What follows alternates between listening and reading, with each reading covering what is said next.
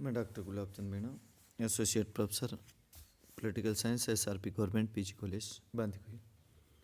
हम M N Roy के बारे में कल पढ़ रहे थे, आज हम अध्ययन करेंगे एम एन रॉय और लोकतंत्र के बारे में। एम एन रॉय के आर्थिक विचार क्या थे, उनको जानने का प्रयास करेंगे। M N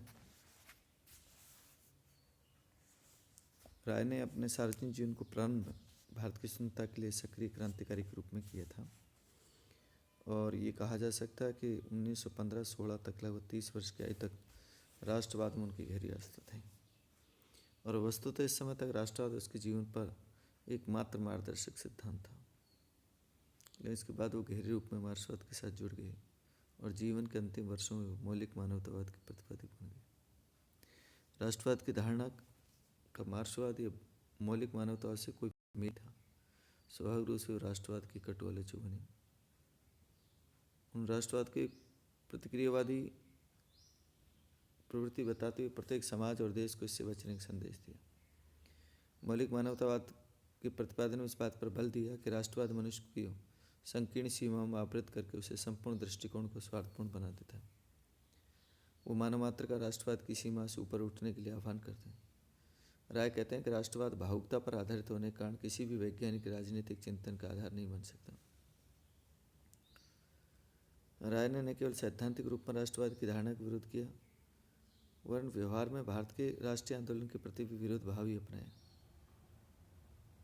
M N Roy 1921 से 28 के वर्षों में जब साम्यवादी अंतर्राष्ट्रीय के सदस्य थे, तब राय और लेनिन के बीच इस बात को लेकर मतभेद था कि साम्यवादी अंतर्राष्ट्रीय भारतीय राजनीतिक कांग्रेस को अपना समर्थन दे अथवा नहीं। पराधीन देशों में राष्ट्रीय आंदोलन पूंजीवाद के चरम सिद्धांत विकास साम्राज्यवाद के विरुद्ध संघर्ष है, और साम्यवादी अंतर्राष्ट्रीय द्वारा इन्हीं राष्ट्रीय आंदोलनों को समर्थन दिया जाना चाहिए जो भारत में राष्ट्रीय आंदोलन की सबसे बड़ी शक्ति भारतीय राष्ट्रीय कांग्रेस को समर्थन देना नितांत उचित है। गांधी और कांग्रेस के नेतृत्व में चल रहे राष्ट्रीय आंदोलन की प्रकृति सामंतवादी है, और ये वस्तुतः ब्रिटिश साम्राज्यवाद की सहयोगी शक्ति है। इसे समर्थन देने का कोई औचित्य नहीं है। 1941 में तो राय ने राष्ट्रीय आंदोलन के प्रबल और सक्रिय विरोध का मार्ग अपना लिया। जब भारत राष्ट्र गांधी के नेतृत्व में भारतीय स्वतंत्रता के अंतिम अहिंसक संग्राम में संलग्न, और राय ने कांग्रेस को फासिस्ट संगठन और राष्ट्रीय आंदोलन को फांसीवादी आंदोलन की संज्ञा देते हुए ब्रिटिश सरकार से कहा था कि हमें पूरी शक्ति के साथ कुचल दिया जाना चाहिए। और राष्ट्रवाद की धारणा और भारत के राष्ट्रीय आंदोलन के प्रति राय के विरोधाभास के औचित्य को समझ पाना कठिन है। एक आदर्श के रूप में विश्व राज्यवाद हमारा लक्ष्य हो सकता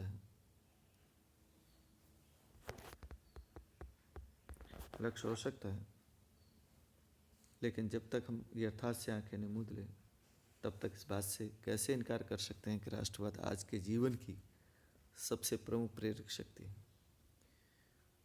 रोमांटिक क्रांतिकारी से चलकर राष्ट्रवाद के प्रबल विरोधी बनने की यात्रा संबंधित व्यक्ति के अंतर्विरोधों को व्यक्त करती है। किए गए राष्ट्रीय आंदोलन का विरोध तो निश्चित रूप से और अधिक अनुचितपूर्ण है। इसे महामानव बनने की चेष्टा में किए गए निरर्थक और बेतुके बौद्धिक अभ्यास के अतिरिक्त और क्या कहा जा सकता है। राय मनुष्य को नैतिक इकाई के रूप में स्वीकार करते हैं, इस बात का प्रतिपादन करते हैं कि इस नैतिक मनुष्यों का विकास स्वतंत्रता के आधार पर संभव है। राय के चिंतन के सबसे अधिक महत्वपूर्ण अंग मौलिक मानवतावाद के लक्ष्यों की पूर्ति सहज रूप से लोकतांत्रिक व्यवस्था के अंतर्गत ही संभव है। राय ने मार्क्सवाद की आलोचना करते हुए कहा कि सोवियत रूस में मार्क्सवाद को जिस तरह से अपनाया गया, उसमें सर्वाधिकारवादी व्यवस्था में परिणत हो गया। राय से आशा की जा सकती है कि उसके द्वारा उदारवादी लोकतंत्र का समर्थन किया जाएगा, और सिद्धांत रूप में वो लोकतंत्र को सर्वाधिकारवाद की तुलना में निश्चित रूप से श्रेष्ठ व्यवस्था मानते हैं। लेकिन उनका कहना है कि वर्तमान समय की लोकतांत्रिक व्यवस्था दूषित है, और इससे हमारे मन मस्तिष्क में लोकतंत्र के प्रति आस्था को आघात पहुंचा है। वो इस उदारवादी लोकतंत्र को समाप्त करने की बात तो नहीं करते,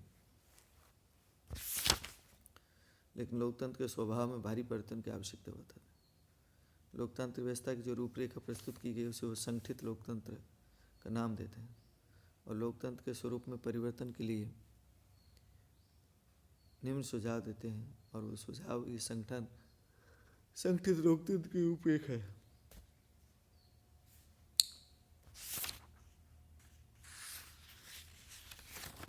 पहले देखेंगे जन समितियों के माध्यम से समस्त कार्यों का संपादन।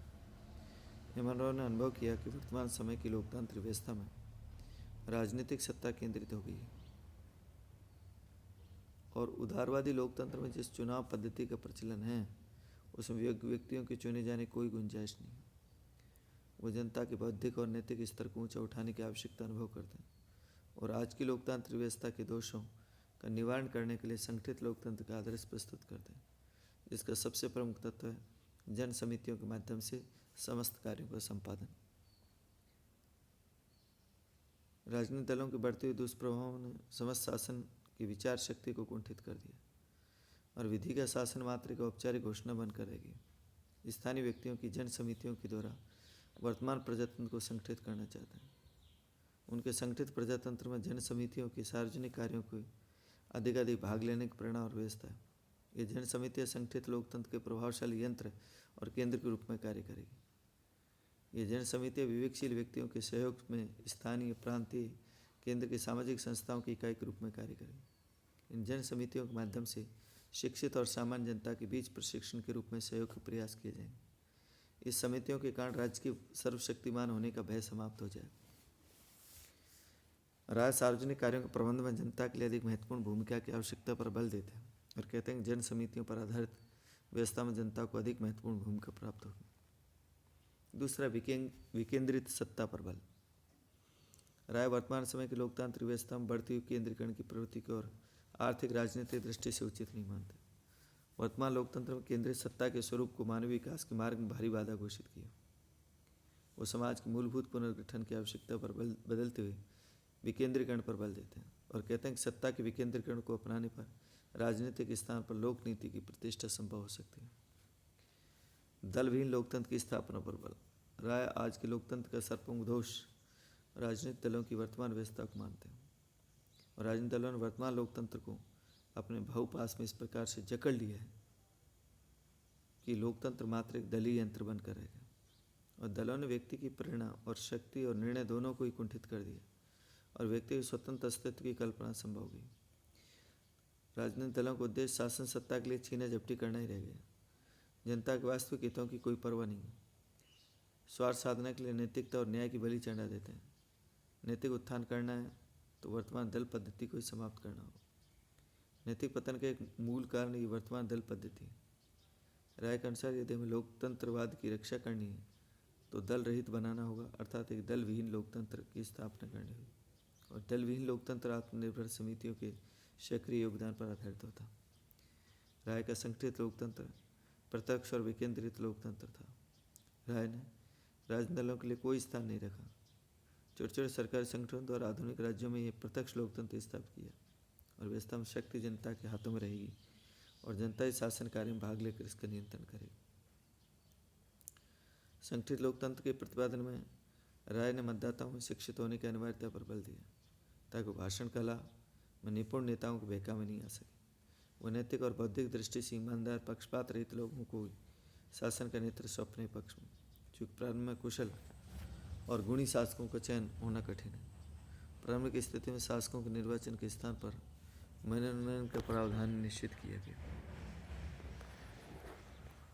राय के संगठित लोकतंत्र की योजना विनोबा, जयप्रकाश नारायण, सर्वोदय विचारकों की विचारधारा में बहुत कुछ समानता है। सर्वोदय विचारक भी राजनीति को समाज के सभी रोगों का मूल कारण मानते हुए राजनीतिक स्थान पर लोकनीति को प्रतिष्ठित करना चाहते हैं। राजनीतिक आर्थिक सत्ता का विकेंद्रीकरण करना चाहते हैं। गांव को स्वशासी और आत्मनिर्भर इकाइयाँ बनाना चाहते हैं।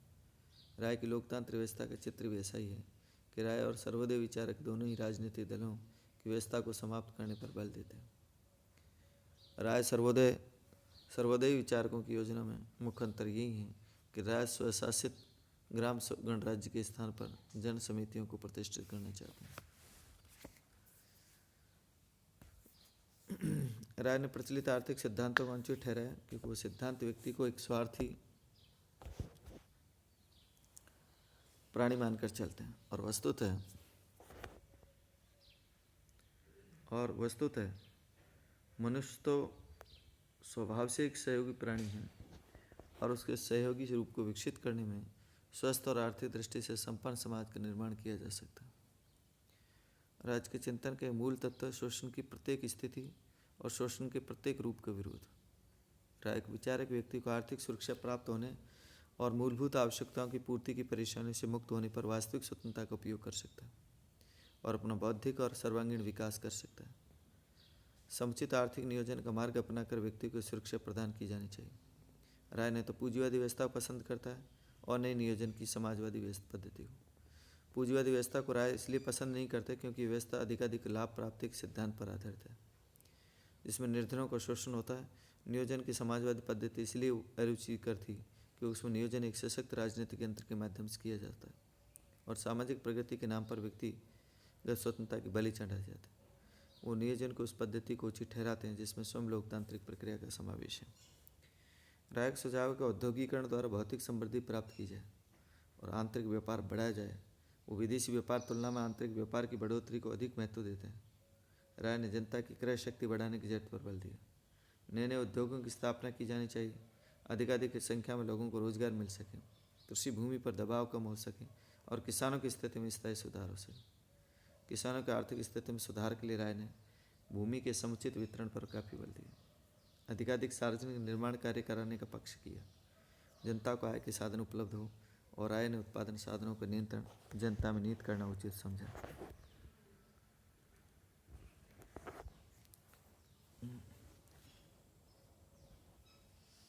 राय ने व्यक्तिगत संपत्ति का विरोध नहीं किया, बशर्ते इसके आधार पर सामाजिक शोषण न किया जाए।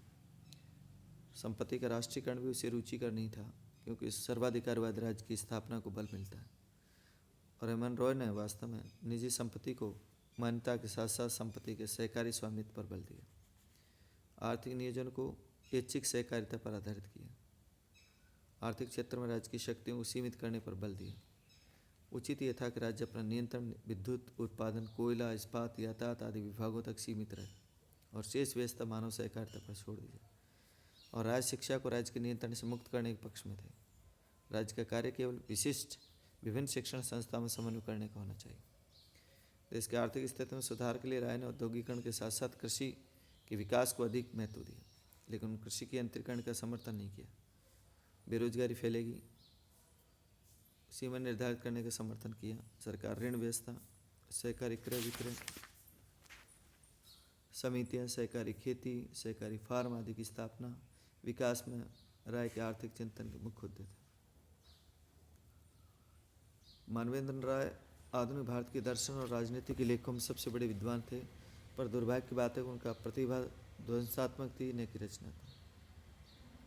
एमएन रॉय ने चिंतन में एक नकारात्मक पक्ष भी बुरी प्रबलता के साथ विद्वान है और एक बात ऐसा लगता है कि वह नकारात्मक पक्ष ही उन पर हावी हो गया और राय के चिंतन में नकारात्मकता के पक्ष का उल्लेख किया गया। अध्यात्मवाद और भारतीय संस्कृति की उपेक्षा।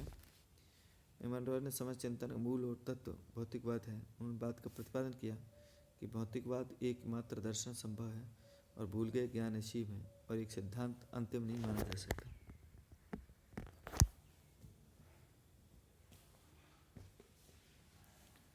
दूसरी बात की गांधी राष्ट्रवाद भारत के राष्ट्रीय आंदोलन के प्रसंग में दूरगामी दृष्टिकोण था। राय ने गांधी और गांधीवाद के प्रति जो ध्वंसात्मक दृष्टिकोण पर है वह निश्चित रूप से एकांगी है। टिप्पणी में वैज्ञानिकता नहीं वरन व्यक्तिगत कटुता के आभास होता है। पुराना सड़ा गला आदर्श बताया। तीसरी बात थी मौलिक चिंतन का भाव। विपुल साहित्य रचना की और निस्संदेह भारी विद्वान थे। डॉक्टर वर्मा ने कहा कि उन्होंने कोई नया चिंतन धारा नहीं दी। उन्होंने तो राजनीति शास्त्र के क्षेत्र में, दर्शन के क्षेत्र में किसी भी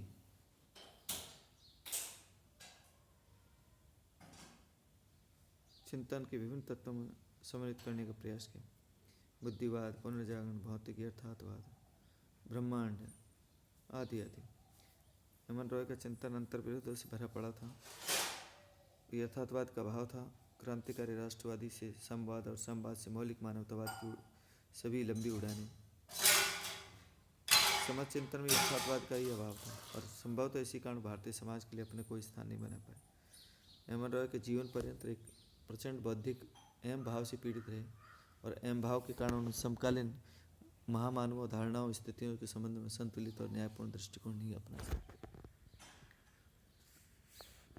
इन प्रसंगों में राय का योगदान विशिष्ट महत्व रखता है, लेकिन उसके सर्वाधिक महत्वपूर्ण योगदान इस बात में है कि वो अपने मौलिक मानवतावाद में जीवन में मूल्यों को प्रथम स्थान देने का उपदेश देते रहे। धन्यवाद।